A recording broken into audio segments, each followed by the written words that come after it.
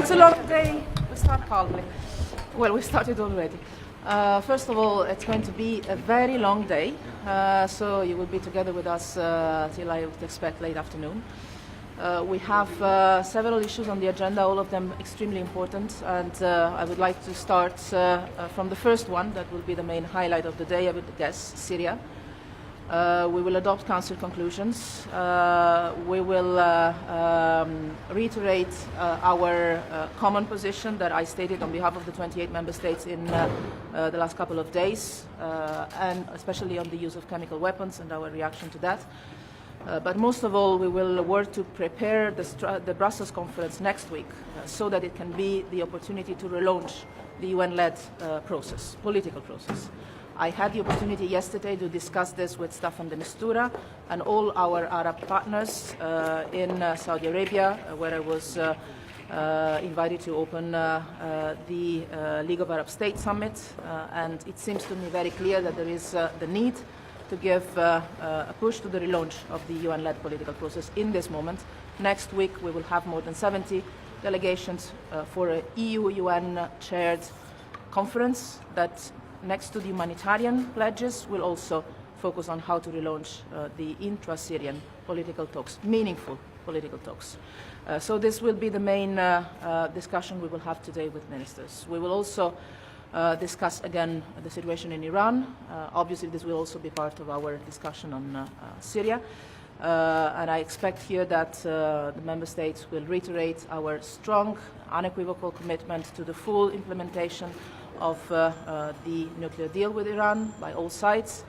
And obviously the three will share with the others their efforts, in particular with the American administration. I will debrief also on the work we're doing with the other international players that are key to the deal, and obviously our ongoing work with Iran to keep compliance to the deal.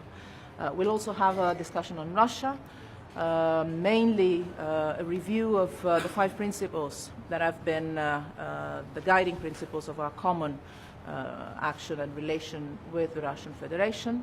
I will tell you more at the end of the day, and we'll have an important point, even if I understand this might go a bit down on the headlines in these days, but I think it's going to be very important, discussion on the Western Balkans. In view of the preparation of the Sofia summit, tomorrow there's also an important decision to be taken by the College on the enlargement package. It's a strategic region for Europe. It's Europe, even if it's not all of it part of the European Union yet. I plan to visit the region from tomorrow night, so we'll have a chance with the ministers to exchange views on how to better work with our partners in the Western Balkans for a common security and prosperity. So we also have a point, last but not least, on the financial framework for the next European Union multi-annual financial framework. But I guess this is less exciting for you at this stage. All right. After imposing sanctions on Iran, are you likely to do that today? I don't foresee any decision to be taken today on this. As you know, we have already sanctions in place on Iran, non-nuclear related. I don't expect ministers to take decisions on this today. After the military strike, the EU in the peace process for Syria. We have always been not only pushing for, but also accompanying with very concrete measures the Geneva talks. We have been working to unite the opposition, to prepare their delegation for negotiations and talks. We've been always working with also civil society organizations, women. I know this sounds surreal in a context of war, but if there is one hope for Syria, it's the people of Syria that are fed up of conflict and war, and that could give the push for serious negotiations. And then we've always been the ones consistently behind and together with the United Nations, trying to facilitate these meaningful negotiations. We have always seen a reluctance from the Syrian regime to enter into meaningful negotiations in Geneva. We clearly call upon, in particular, Russia and Iran to exercise their influence on Damascus to start serious and meaningful discussions under UN auspices in Geneva. And as you know, we have always made it very clear we are ready to start planning financing for the reconstruction of Syria, which would need enormous amount of resources, but this will come only when a political process is firmly underway under UN auspices in Geneva. So Why the economic leverage is definitely there, but most of all the humanitarian one, because people are suffering, people are dying, and I think the whole international community has to take responsibility for stopping this. Are French attacks undermining the EU Do position? you expect the Americans on May the 12th to ground the Iranian nuclear deal? You always ask difficult questions. First of all, I understand May the 12th is a deadline. Any decision could come before that or by that time.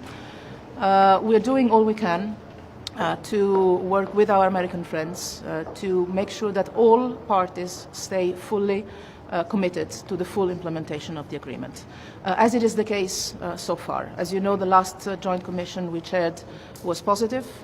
Everybody recognized that Iran is fully compliant with its nuclear commitments, as has done the IAEA for 11 times. Let me add that preserving the agency credibility is crucial, especially in a time when we enter, maybe, hopefully, some interesting discussions with the PRK.